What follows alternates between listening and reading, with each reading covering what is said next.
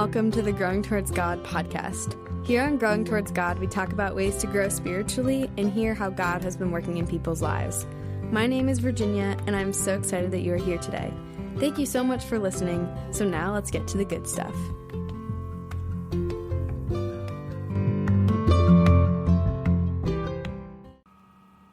Hello, everyone, and welcome back to the podcast. I'm so excited for today's episode. We have a very special guest here who means so much to me, and we're going to be talking about growing in vulnerability and how that impacts us spiritually. So without further ado, I'd like to introduce Angelique. Welcome. Hello. So glad to have you here. I'm glad to be here. Yay. So could you tell us a little bit about who Angelique is? Yeah, so I'm on staff with Crew, and that's how we know each other. But besides that, I'm in my 20s. I love Jesus, and I love helping other people grow in their relationship with Jesus. Yeah. You like rock climbing too? Oh yeah, that's true. I like rock climbing and thrifting. I really love Trader Joe's. I've told people that I'd only live somewhere if it's close enough to a Trader Joe's. So we'll see if I stick to that. But that's funny. Yeah, as I mentioned earlier, but Angelique is a great mentor to me, and I've grown so much because of her. So I'm really glad that she's here to share with you all too, and chat today. So I have a couple questions for you. Okay. So if you could pick up a new skill in an instant, what would it be and why? Oh my gosh. Who knows? Oh my gosh, I'd love to be able to dance. That would be so nice. I feel like I'm not a coordinated person when it comes to dancing. And like if I ballroom dance or like something else? Any type of dancing, any type of dance class I could ever take, I can see what I need to do. My brain knows, but I can't make my body do that thing. Like it always comes out looking different than it's supposed to. Yeah, that's funny. Yeah, I always think I look like really great dancing. Sometimes I'm like, oh, no one video me. Yeah. But okay, that's a good one.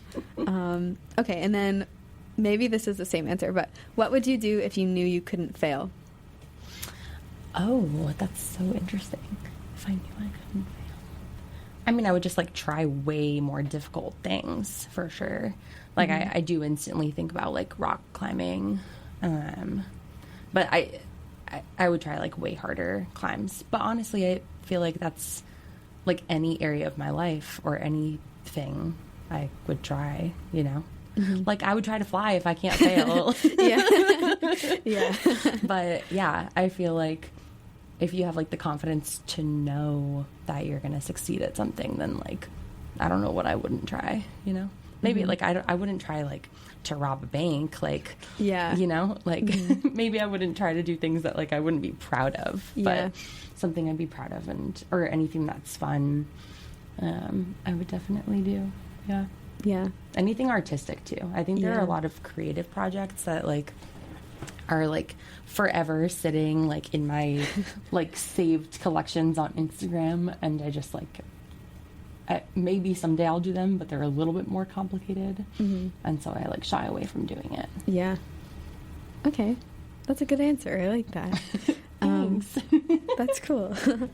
So today, as you know, we're going to be talking about vulnerability, and just kind of how that relates to our relationship with God and others, and how we can grow in that. So I like to start off by defining terms. So what we're going to refer to when we talk about vulnerability in this episode, and maybe some of the different connotations that people have when they think about being vulnerable. So what would you say it means to be vulnerable? Yeah, so like you said, definitely there's different types of vulnerability. I think you can use it many ways in a sentence. But yeah, there is some vulnerability that's opening yourself up to attack, or being open to attack. So if someone is weak or vulnerable, it's an often used military term, they don't have cover, and so they're vulnerable to the enemy, which is kind of interesting. But yeah, I think There's also like physical vulnerability, and then there's like emotional, spiritual, social, mental vulnerability. I think like different spheres of our lives, like we can experience vulnerability in different ways, and some of them are in our control and some of them aren't. So yeah, like especially like I think of like physical vulnerability, like I might be more vulnerable than someone who's stronger than me to like yeah, like get attacked. Yeah, I don't want to keep using the word attacked. Yeah, but like pick a fight with you. Like. Yeah. But also like I think particularly more so, what I was excited to talk about in this time is like emotional vulnerability and spiritual vulnerability, and I think other aspects will like come in over time, but. Yeah, so there's some vulnerability that you can't control, and then there's some vulnerability that you can control. Like you can choose whether or not you want to tell a friend something that's going on in your life. You can choose whether or not you want to like try that hard thing that you might fail at. And then you're vulnerable to like what people might think of you, or yeah, I mean there's so many different types of vulnerability, and it looks different for sure per person, but it's taking a risk like when you choose to be vulnerable, and there can be a lot of like fear associated with it, and I think there's also a lot of reasons why we might choose not to be vulnerable, and sometimes that makes sense and sometimes it's like a fear response. And yeah, definitely there's like so much more to that, but yeah. Yeah, I would echo everything you said. Yeah, definitely like the difference and distinction in like physical versus emotional and spiritual is true. And I'd say too, to add, like being able to like feel things, I think is like a vulnerability, and it's like expressing your deeper feelings too, without like expecting things in return. Yeah. But sometimes we see vulnerability as like being weak and helpless, and I feel like that's kind of the association with the word vulnerable sometimes. But there's also this other side of like strength and authenticity and like openness and connection and growth. But yeah, in the rest of this episode we'll kind of talk about, I feel like, both of those things a little, but maybe emphasize more of like the spiritual and like emotional side. Yeah, so now that we know what vulnerability means and what we're going to be talking about, why should we and should other people choose to be vulnerable? Yeah. Well, I think first of all, just to kind of tack on to what you were saying a second ago, like, yeah, what did you say? That like vulnerability can be seen as like weak, and you used another word too. Helpless. Yeah, weak and helpless. Like, something that's interesting is like it is. But I think that, but I think like the world sees weak and helpless as bad, and so they see vulnerability as bad. Yeah. I don't think it's untrue that vulnerability means that, or I don't think that the disconnect is like between whether like vulnerability is weak or not. Like I think that it is, but it's like, it's not you become weak when you're vulnerable. It's like you show others that you have weakness when you're vulnerable. Yeah. And then when you do that, like I believe that's actually like a show of strength and courage in the midst of your vulnerability. Yeah. So it comes back to this like issue of pride, which is really just like, in a lot of ways, fearing how people will perceive you when they see who you really are, and how much of a shell or a wall you build around yourself, to others, to God, even to yourself. Like there have definitely been seasons where I've been like, I'm not going to go there with myself, even like I cannot ask myself that question right now. Yeah. Anyways, so sorry. What was your question? Well, like, why should we be vulnerable and like show others that weakness? And yeah. I mean, I think that like you can definitely go through life with like choosing to be like vulnerable very sparsely. Like, I think there is definitely a way in which you can just like decide to hold it all inside, pretend it's not even bothering you. You don't even process it with your whatever's going on with yourself. You don't process it with God. You don't process it with others. And it is true to some extent that like you're not gonna like experience pain in the same way. You're not going to be let down as much. You're not going to experience being judged by others as much. But actually, I was reading over the questions you sent me last week. And I think that the real question is like, why, like, what do we lose when we're not vulnerable? And I think like we have to weigh the pros and cons. 'Cause sometimes I'm just like, oh my gosh, it doesn't feel like it's worth it right now to like sit and like be real with my friend about what's going on in my life, or to like take that extra time with God and be like, hey, to be honest, I'm actually really struggling with this, or actually I'm like really like frustrated with you, God, about this. It's easier not to go there. And when we don't go there, we just lose the ability to like experience the freedom of being real with who we are with others, and feeling and experiencing like being fully known. And I think that even though it's a lot scarier to bear all, when we like bear all to people who will like love us in return, and who will meet us with grace as we like share our weaknesses, but also our sin and our shortcomings. Like how powerful is it when you like share with someone something that you're like really ashamed of, and instead of being like, wow, Virginia, like, okay, I don't think I want to be friends with you anymore, instead they're like, oh, man, that's so hard. Like, I'm so sorry that you experienced that, and that happened. And like, I just want you to know that like, I love you just the same, even though you've fallen short in that way. And yeah. Yeah, that's so great. And like, that's what like unconditional love is. The not looking at you differently, or loving based on how you're behaving or things like that. Mm-hmm. Yeah, we're never going to experience unconditional love if we don't show people who we really are, and allow them something to experience the real us, who we can like be unconditionally loved by. Mm-hmm. You know, like if I'm putting on like a facade about who I am, then like maybe someone is loving that really well, but they're not loving who we really are. Yeah. And then you can't fault them for that, you know, like you can only fault yourself for not being real, and for not sharing the hard things. Mm-hmm. Yeah. I think we all want to be known too. Mm-hmm. Like that's such a craving of like the human nature to be known. And I like that point too, of like, if you don't share, then you're not known, and that you're going to look for that in other ways to be known, that aren't actually helpful to you.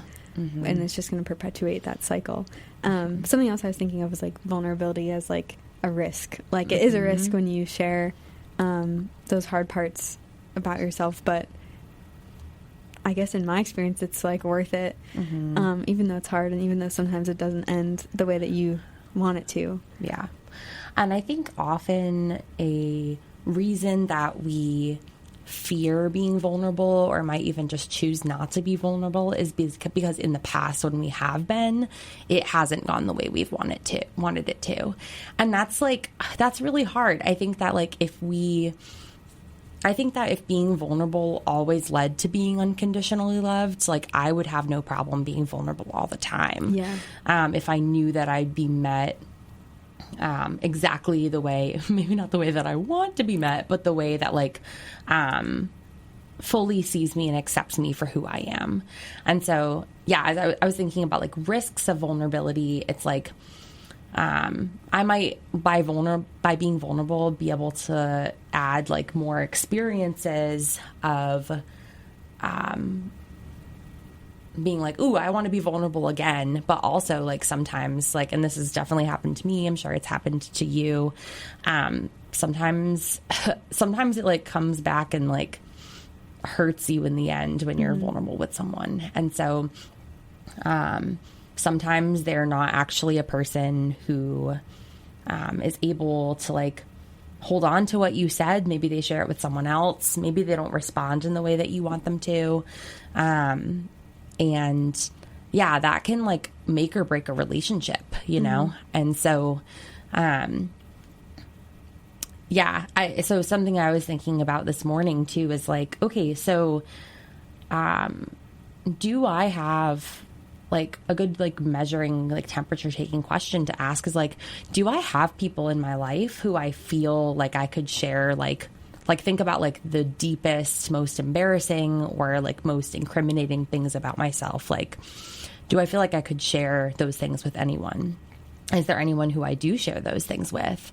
And then I was taking it another step and being like, okay, for the people who I'm not sharing those things with, is it because they actually probably aren't safe, or is it because I'm just scared for a certain reason, or I like don't want to like, sometimes I'm like, oh yeah, that person's safe to share with, but I don't actually want to talk about it. Like, I don't want to feel the ickiness of when I admit something that's like, whether it's a weakness or an actual like sin. And so, and then like, I think that's also a good way to evaluate like the people that are in my inner circle. Like, are they the people that I want to be in my inner circle? And those are hard questions to ask. I think sometimes you can be like, oh shoot, like actually a lot of the people I'm spending time with right now, it's just because they're like, they have things in common with me, or we have fun together, and that's not bad. But if at least some of those people aren't able to be safe spaces for you, then maybe you need to rethink who you're closest with. There have been times where I've been like, actually, the person I feel safest with is actually not someone I spend that much time with. Like, why is that the case? Maybe I should spend more time with them. And then you can also turn that around on yourself and be like, okay, do the people in my life feel like I'm a safe person to be vulnerable with? And so, yeah. Yeah, I think that's great. Just talking about like who's safe, and who's trusted, and like knowing the people that you can go to, and that doesn't have to be everyone too. But yeah, when I also think about being vulnerable, I think about like God and just how like Jesus was vulnerable, and then how we should be vulnerable with God too. And I definitely see that a lot in like David in the Psalms. He's just like, the man just pours his heart out to God, and that's like really cool. And so it's just a good reminder for me always to be like, God loves when I tell him everything that I'm feeling, and how that builds trust when you're honest with people, and then also with God.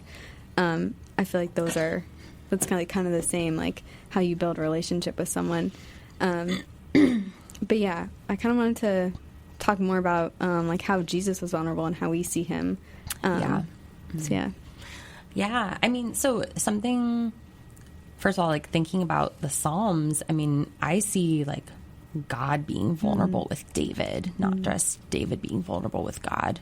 And we might be tempted just to look at the New Testament here, because vulnerability is such like it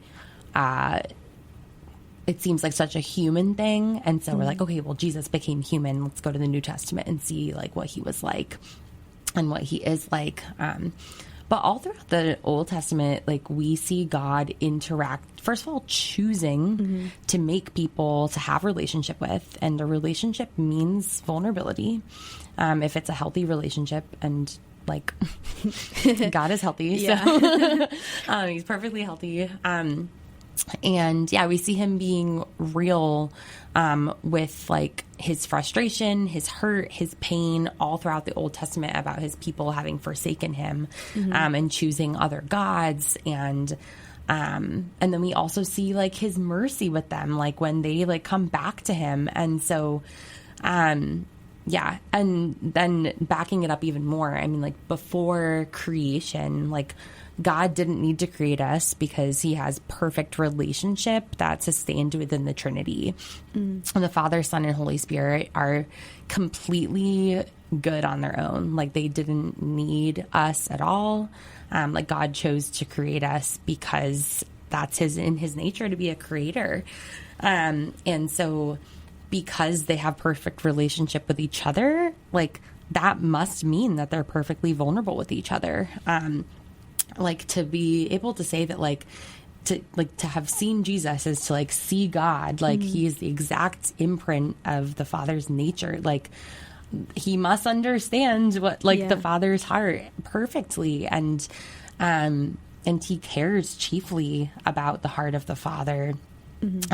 All throughout the New Testament, his heart is for God's name to be glorified. Like he doesn't do anything of his own will. He does it for the Father. And so that means he perfectly trusts him. That means he loves him.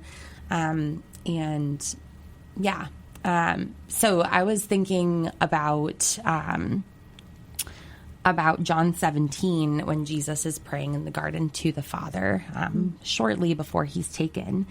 And I want to read like a couple of short blurbs and like talk a little bit through what Jesus chooses to pray in his like final hours. Like it's kind of crazy. So he says, so John 17 starting in verse 13 starting in like verse 11. He says, Holy Father, protect them by the power of your name, the name you gave me, so that they may be one as we are one.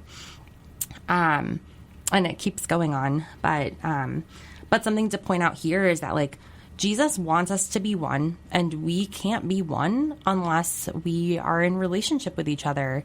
We can't be one with each other unless we're like of the same mind, and we can't be of the same mind and like for each other if we don't know each other, if we don't rely on each other and choose to open up to each other. And then also like protection.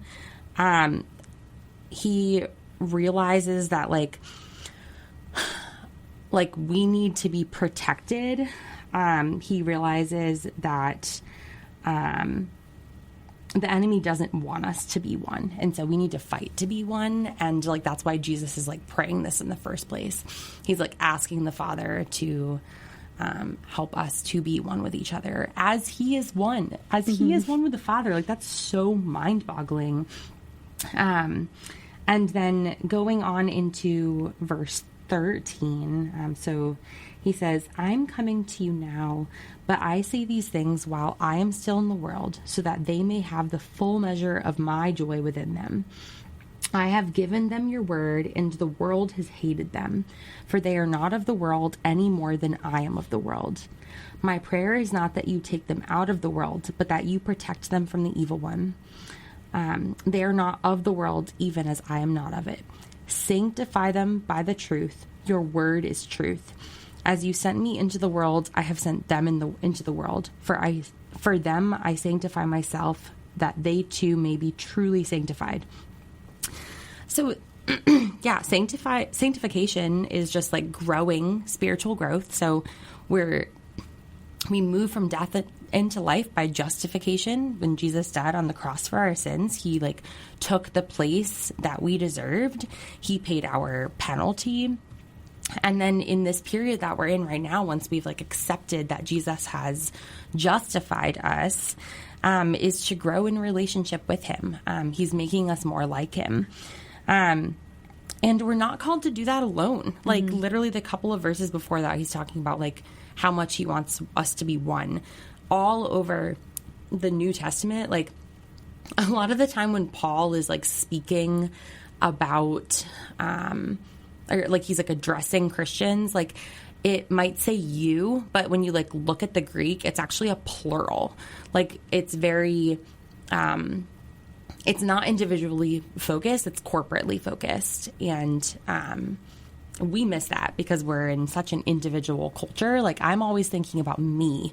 I'm not thinking about like me and my tribe, you know? Yeah. But sanctification doesn't just come when we choose to grow with God. It like happens more when we choose to grow with God by letting him use the other people in our lives. And how does that happen? Like, so to use a little like crew term, we have something called the growth model, which like is not new. It's just like a fancy way to say it to like help you remember. But growth happens when we experience grace and truth over time. Grace meaning that you're like accepted and that you are loved even though you don't deserve it. And then truth meaning that like you have to be real with your shortcomings. And so as you and I meet week to week and we like grow in our relationship with God together, we're going to grow more if we're real and honest with each other about the ways we're struggling, and then can experience the grace that God gives us also through each other, and then give each other like advice, encourage each other in the word, pray over each other about the ways that we're falling short. And no sanctification is going to happen if we're not real with ourselves and with God. But then like the way that he really desires for us to grow in large part in like what you see in scripture is like people growing together, people confessing their sins to one another. And I mean, not being turned out for it, you know, like, okay, you failed, bye. Like, no. Yeah, we can't grow if we aren't real with how broken we are with ourselves, with God, and with others. We like really need each other and others to talk or to walk with Jesus with, especially in the midst of a world who doesn't love Jesus. If I am just looking at the footprints of this world and where my mind normally goes to, then I need to be reminded of what is true and like what God's heart actually is. And like he lives in each one of us. And so we really need each other to remind each other like the truth of like how Jesus feels about us and who he says that we are. Otherwise we're going to be locked in by shame and we're not going to grow. Yeah. And that's exactly what the enemy wants for us to be locked in and isolated. Yeah. And especially because like, and so the last couple of verses that I had been reading through starts in verse 20. He says, "My prayer is not for them alone. I pray also for those who will believe in me through their message, that all of them may be one, Father, just as you are in me and I am in you. May they also be in us, so that the world may believe that you have sent me. I have given them the glory that you gave me, that they may be one as we are one. I in them and you in me, so that they may be brought to complete unity. Then the world will know that you sent me and have loved them even as you have loved me." So our vulnerability and our oneness isn't just like going to help us to grow. It also will be seen by others, like the way that we love and care for each other, the way that we meet each other in our weaknesses and help each other grow. We're reflecting the heart of God. And others who don't have a relationship with Jesus are going to see that. If we're real with each other and we're safe for each other, that's the type of community that others want to be a part of. And we are an example of like Jesus's heart in that too. And so the ramifications of not choosing to be vulnerable, like this isn't like a be vulnerable or you're in trouble type of little message I'm trying to give here, but like it doesn't just affect me, and like God cares about me so much, but he also cares about you, and he also cares about the people in our lives who don't know him. And so that's something to think about when we choose whether or not to surround ourselves with people who we can like love and care for and be safe spaces for, and let them into our scary places in our hearts too. Yeah. That was so good. I really liked everything that you just said. That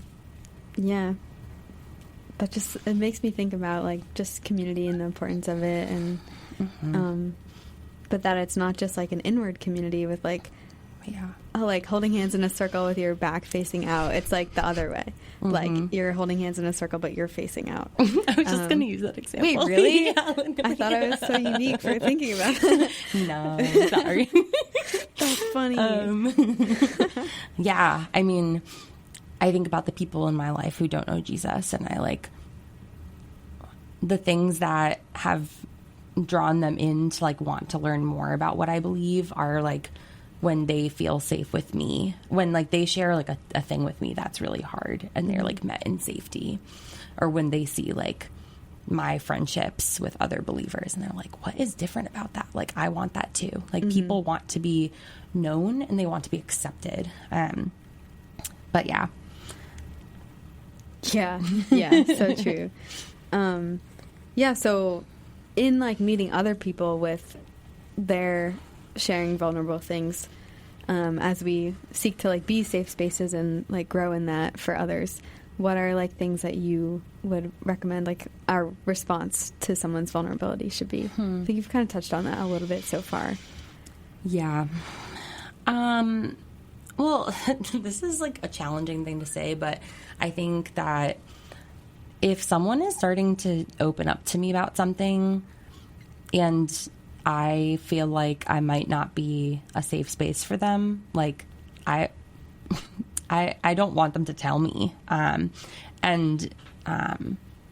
There have been times in the past where someone shares something with me and then like I shared it with someone else. Like I think like gossip plays into it, and it's like, how much does that damage the safety that other person thought that they had with me? And if they feel like loved and safe with me, or like I've had people share like really, really hard things with me before, and I have not responded in a good way. I have responded in a way that I thought was like zealous for the Lord. Like, why did you do that? Like, don't you love Jesus? And like, that is not helpful at all. Oh my gosh. And I really damaged a couple of like close relationships in my life by doing that. And it's taken a lot to repair those relationships. And so, yeah, I mean, do I have the heart? Am I like asking Jesus to be the one caring for that person through me? Or am I trying to do it in my own strength?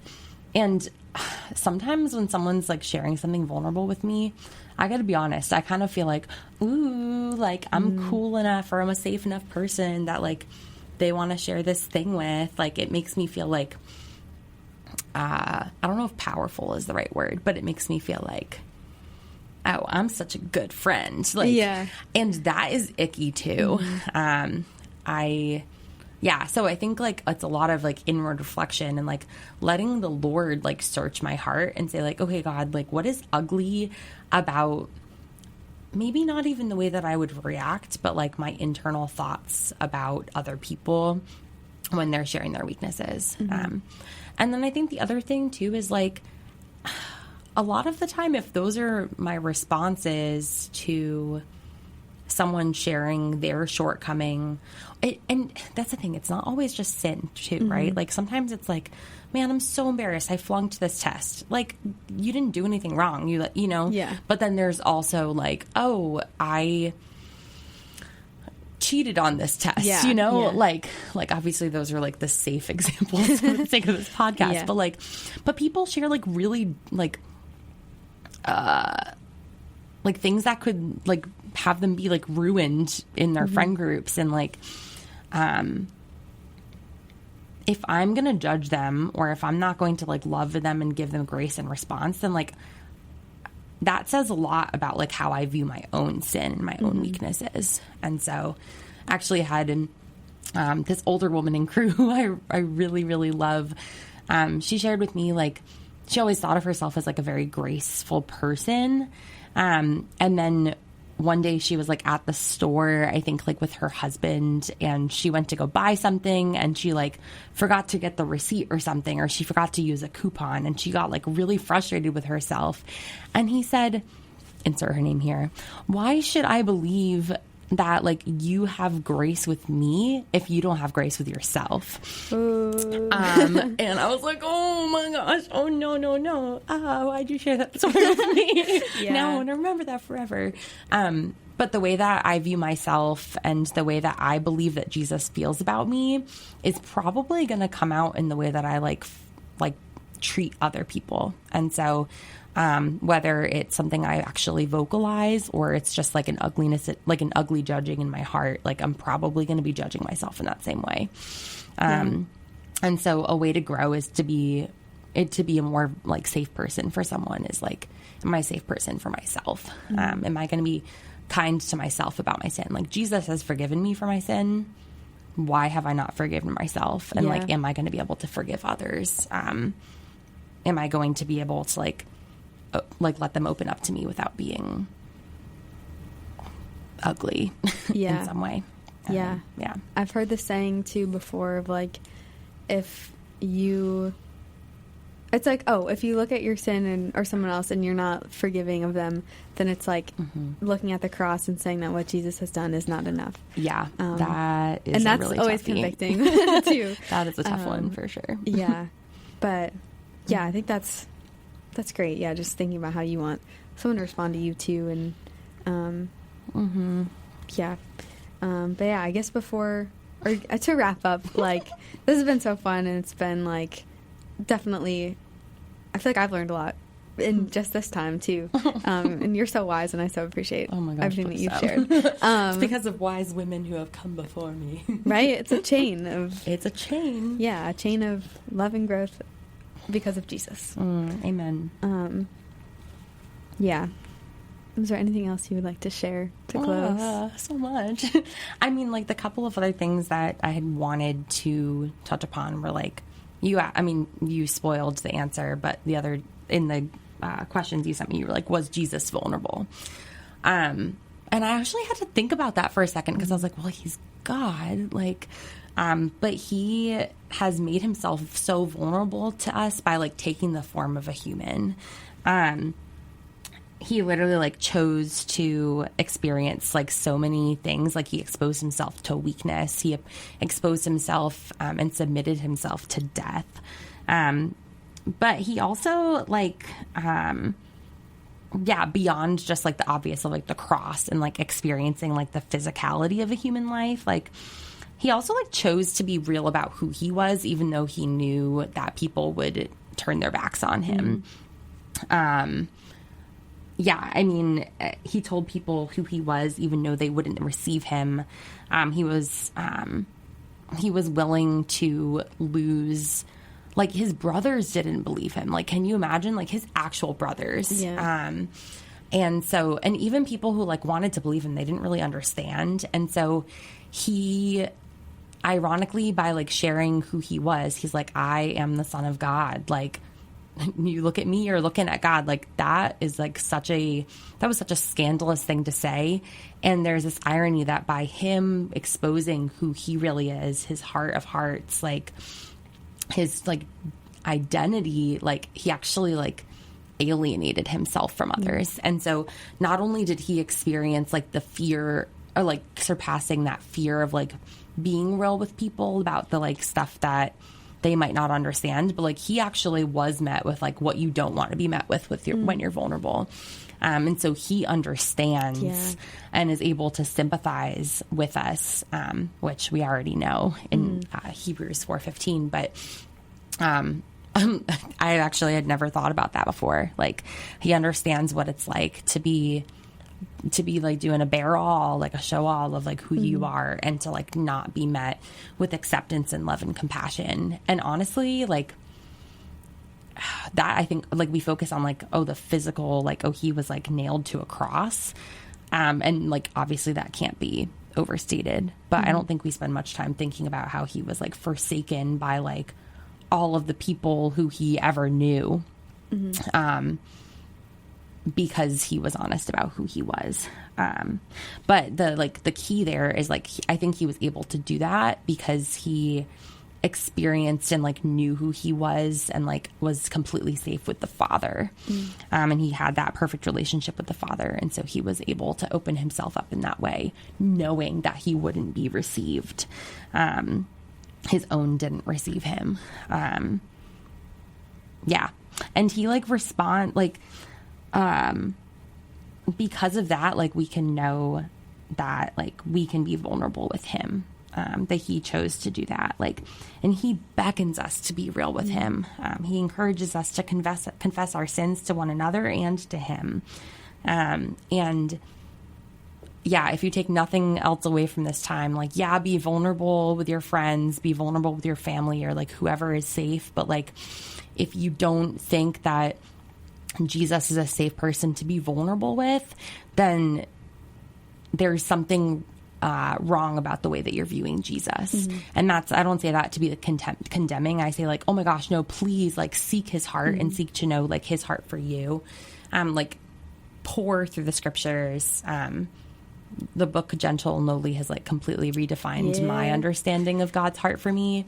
Like he just loves you and like he is so understanding and like literally he died for your sin. Do you think he wouldn't be willing to like lend an open ear and like give you a hug when you like share the hard stuff that you're going through? Like he's already died for it. Of course he's going to be open. So yeah, if nothing else, like please be open with Jesus, be real with him. He's never going to turn you away and you're never ever going to regret being vulnerable with him. And he can show you the way into being vulnerable with others if you just ask him. Yeah. Oh, snaps. That was so good. Thanks for sharing that so much.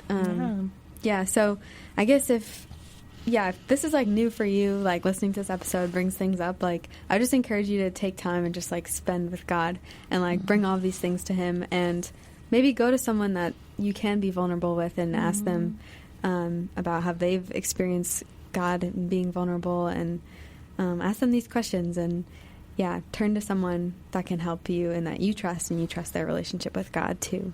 But most importantly, just go to God. Thanks so much for listening today. Angelique, thanks so much for being on. This was great. If this helped you, like and share with a friend. I'll see you next time. Bye. Bye.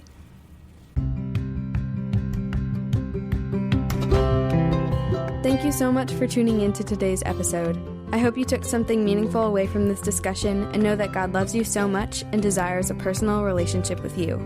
If you'd like to stay up to date with episodes, follow me on Instagram at Growing Towards God Pod and subscribe on whatever platform you're listening on. Before I go, I'd like you to take this benediction into your life and let the Lord's goodness empower you today. The Lord bless you and keep you. The Lord make his face shine upon you and be gracious unto you. The Lord turn his face toward you and give you peace. Have a great rest of your day and catch you next time on the Growing Towards God podcast.